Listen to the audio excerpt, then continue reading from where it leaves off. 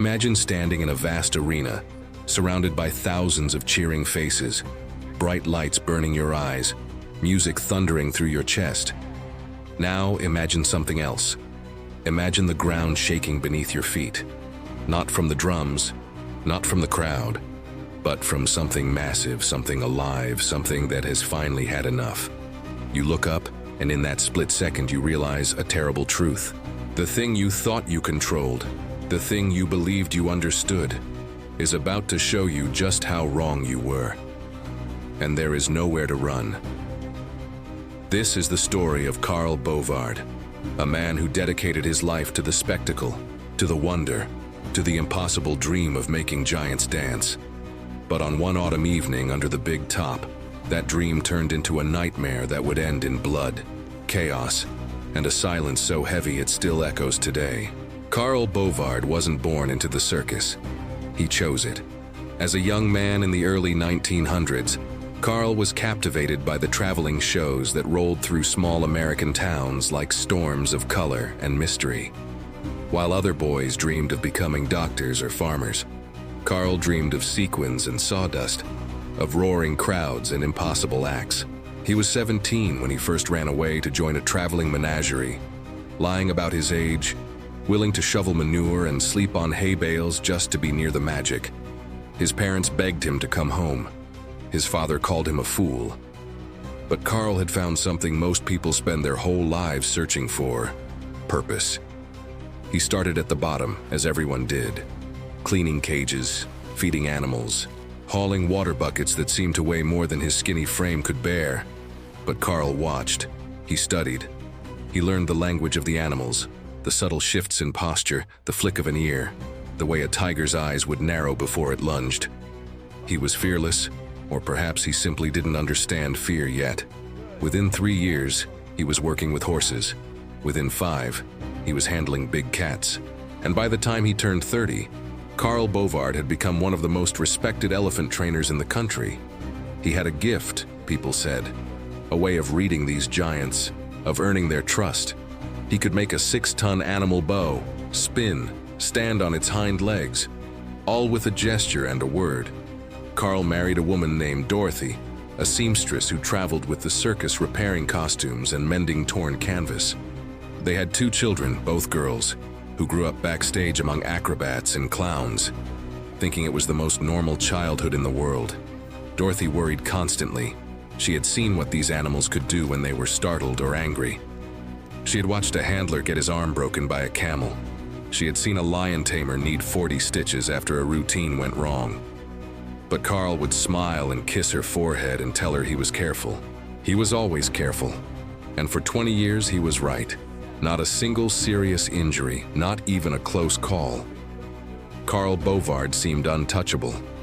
But elephants are not horses. They are not dogs. They are not machines you can simply program and control. An adult African elephant weighs between 10,000 and 14,000 pounds. Their trunks contain over 40,000 muscles and can lift 700 pounds or delicately pluck a single blade of grass. They have memories that span decades. They recognize faces. They hold grudges. They mourn their dead. And they never, ever forget cruelty. In the wild, elephants live in tight family groups led by matriarchs who teach the young everything they need to survive. They communicate through low-frequency rumbles that can travel for miles. They are intelligent, emotional, deeply social creatures. But in the circus, they were prisoners, chained, beaten during training with metal hooks called bull hooks, forced to perform the same mindless tricks over and over, thousands of miles from everything natural to them. And sometimes something inside them would snap. Carl's primary elephant was named Big Mary. She wasn't actually that big by elephant standards, maybe 7,000 pounds, but she had a presence. She had been with the circus for 12 years, captured as a juvenile from a herd in India, shipped across an ocean in the dark belly of a cargo ship, sold to the highest bidder. She had learned her tricks the hard way, through repetition and punishment, the bullhook leaving scars across her thick hide that only other elephants could see. But she was reliable. She performed her routine without resistance. She was, in circus terms, broken. Carl had worked with Big Mary for 8 years. He genuinely believed they had a bond. He would stroke her trunk before shows. He would sneak her extra apples. He thought she trusted him. But there were signs, small things Carl should have noticed. In the months leading up to that terrible evening, Big Mary had become slower to respond to commands.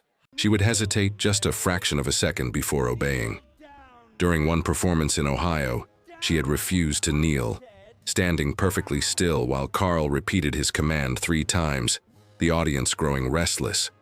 He had tapped her leg with the bullhook, harder than usual, and she had finally obeyed. But her eyes had changed. Something cold had flickered there. Another trainer, an older man named Raymond who had worked elephants for 40 years, pulled Carl aside after that show. "Watch that one," Raymond said quietly. "She's thinking too much. Thinking is dangerous." Carl laughed it off. He had been working with Big Mary for years. He knew her. He trusted his instinct. 2 weeks later, during a setup in Pennsylvania, Big Mary had charged at a roustabout who accidentally dropped a metal pole near her. She stopped just short of trampling him, but the aggression was unmistakable. The roustabout quit that same day. Carl reassured the circus management that everything was fine. He increased her training sessions, reinforcing obedience. But you cannot train wildness out of a wild thing. You can only suppress it, and suppression always has a breaking point. The evening of September 23rd started like any other show night. The circus had set up on the outskirts of a mid-sized town in Virginia. The weather was perfect, cool and crisp with a sky full of stars. Families poured through the entrance, children clutching bags of peanuts, eyes wide with anticipation. The smell of popcorn and animal musk filled the air. The band warmed up, brass instruments gleaming under strings of electric lights. Carl kissed Dorothy before heading to the animal tent. "Big crowd tonight," he said, grinning. "Mary's going to shine." Dorothy smiled, but she felt something she couldn't name, a tightness in her chest, a whisper of dread. "Be careful," she said, like she always did. "Always am," he replied, like he always did. Carl found Big Mary chained in her usual spot, swaying gently from side to side. He approached her with confidence, running his hand along her trunk. "Ready to give them a show, girl?" he murmured. Big Mary's eye tracked him, but she didn't respond with her usual gentle rumble. She was silent. Carl should have noticed. He should have paused. But the music was starting. The crowd was roaring. The spotlight was waiting. He unchained her and led her toward the arena entrance. She followed, her massive feet hitting the ground with rhythmic thuds that seemed to sync with Carl's heartbeat. They entered the ring to applause. Carl raised his arms, his sequined jacket catching the light. Big Mary walked to her mark, and for a moment, everything seemed normal. Carl gave the first command. Mary lifted her front leg. The crowd cheered. He gave the second command. She spun in a slow circle. More applause. Everything was perfect. Everything was routine. Until it wasn't. Carl raised his hand for the third trick, the one where Mary would rear up on her hind legs and trumpet. He gave the signal. She didn't move. He gave it again, louder, snapping his fingers. Still nothing. The crowd grew quiet, sensing something off. Carl felt a flicker of irritation, then concern. He stepped closer, reaching for the bullhook tucked in his belt, not to strike her, just to tap her leg, to remind her. But the moment his fingers touched the metal, Big Mary's entire body language changed. Her ears flared wide, her trunk lifted, and her eyes, those deep, ancient eyes, locked onto Carl with an intensity that froze his blood. For one terrible second, time stopped. Carl saw it, the rage, the accumulated years of chains and commands and humiliation. He saw it all, and he knew. He tried to step back, but she was faster. 7,000 pounds of muscle and bone and fury surged forward. Her trunk slammed into his chest like a battering ram, sending him flying 10 feet backward. He hit the ground hard, the air exploding from his lungs. The crowd screamed. Carl tried to scramble to his feet, but Big Mary was already on him. Her massive foot came down on his leg, and the sound of bones shattering echoed through the tent. Carl screamed, a sound so raw and primal that it cut through the chaos like a blade. People were running. climbing over each other, mothers grabbing children, men shouting for help. But Big Mary wasn't done. She lifted her foot and brought it down again, this time on Carl's torso. His ribs collapsed like kindling. Blood poured from his mouth. Other trainers rushed into the ring, shouting, waving torches, trying to distract her. But Big Mary ignored them. She focused only on Carl, the man who had commanded her for 8 years, the man who represented every injustice she had endured. She wrapped her trunk around his broken body and flung him like a rag doll. He hit the ground 20 feet away, his body limp, already lifeless. But she wasn't satisfied. She charged again, her feet pounding the earth, and she trampled him over and over, each impact erasing a little more of the man who had been Carl Bovard. Someone finally fired a gunshot into the air. The sharp crack broke through Big Mary's rage. She stopped, her sides heaving, blood covering her feet and trunk. She looked around at the chaos, at the screaming humans, at the body beneath her. And then, slowly, she backed away. Trainers rushed to Carl's body. There was nothing to save. His chest was caved in. His skull was fractured. His limbs were twisted at impossible angles. Carl Bovard was dead before anyone could even reach him. The circus erupted into pandemonium. Police arrived within minutes, their sirens wailing through the night. Medics rushed in, but one look at Carl's body told them there was nothing they could do. Dorothy heard the commotion from backstage. She ran toward the arena, her heart already knowing what her mind refused to accept. Someone tried to stop her, to shield her from the sight, but she shoved past them. She saw her husband's broken body lying in the sawdust, surrounded by trainers and police officers, and her legs gave out. Her scream was worse than any sound the elephant had made. Witnesses were hysterical. Children were sobbing. Families stumbled out of the tent in shock, some vomiting, others simply staring into space, unable to process what they had just witnessed. The local sheriff ordered the entire circus shut down immediately. Big Mary was chained and surrounded by armed men. There was talk of shooting her on the spot, but the circus owner begged them to wait. "She's worth thousands of dollars," he pleaded. "We can handle this." But the town wanted blood, revenge, justice. The autopsy report was clinical but horrifying. Carl Bovard had suffered catastrophic blunt force trauma, multiple skull fractures, 32 broken ribs, a crushed pelvis, ruptured internal organs. The medical examiner noted that death would have occurred within seconds of the first trampling. But Big Mary had continued for nearly 2 minutes. The report concluded that the elephant had acted with deliberate, sustained aggression. It wasn't an accident. It was rage. The story exploded across newspapers. Circus trainer killed by rogue elephant. Deadly performance ends in tragedy. Beast turns on master in front of hundreds. The circus tried to contain the damage, but the public was horrified and fascinated in equal measure. Animal rights activists, a small but growing movement at the time, pointed to Carl's death as proof that wild animals should never be forced to perform. Circus supporters argued that Big Mary was simply a dangerous animal that needed to be destroyed. The debate raged for weeks. 2 days after Carl's death, Big Mary was executed. Not quietly, not humanely. The town demanded a public spectacle. She was marched to the town square, chained to a steel beam, and hanged by the neck using a railroad crane. Thousands of people gathered to watch. Photographers captured the moment. Children were lifted onto their father's shoulders to get a better view. It took several attempts.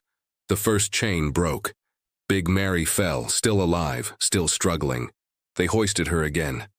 This time the chain held. It took over 10 minutes for her to die, swaying in the wind, her massive body finally going still. The photos of her execution became infamous, a dark stain on American circus history.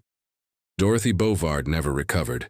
She left the circus immediately, taking her 2 daughters back to her hometown, trying to build a life far away from sequins and sawdust. But the nightmares followed her, the sound of her husband's screams, the image of his broken body. She died 6 years later, and those who knew her said she had never truly lived after that September night. Her daughters grew up without their father, carrying the weight of his terrible death like a shadow they could never escape. Carl Bovard's story became a cautionary tale whispered among circus workers. Don't trust the animals. Don't get comfortable.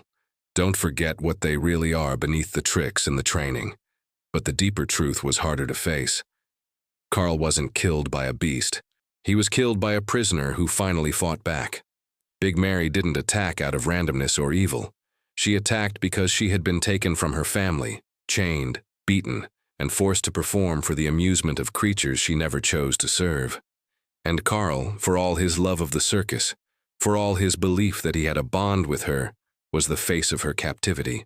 He paid the price for an industry built on exploitation. The circus continued, of course. They always did. They replaced Carl with another trainer. They replaced Big Mary with another elephant. The shows went on. The crowds kept coming. But something had changed. The illusion had cracked. People had seen behind the curtain, and what they saw was blood and chains and the high cost of wonder. Over the following decades, more trainers would be injured. More animals would snap. And slowly, painfully, the world would begin to question whether the spectacle was worth the suffering. Carl Bovard died doing what he loved, people said at his funeral. But that phrase is a lie we tell ourselves to make senseless tragedy feel meaningful. Carl died because he underestimated the creature standing in front of him. He died because he mistook obedience for loyalty, compliance for friendship. He died because he believed he was the master, when in truth, he was simply the one holding the chains. And chains, no matter how strong, always break eventually. The big top came down that night and never went up in that Virginia town again. The sawdust was cleaned. The blood was washed away. But the memory remained, burned into the minds of everyone who witnessed it. A man, broken and bleeding beneath the feet of an elephant who had simply had enough. And in that moment, the question was no longer why Big Mary attacked. The question was how she had waited so long,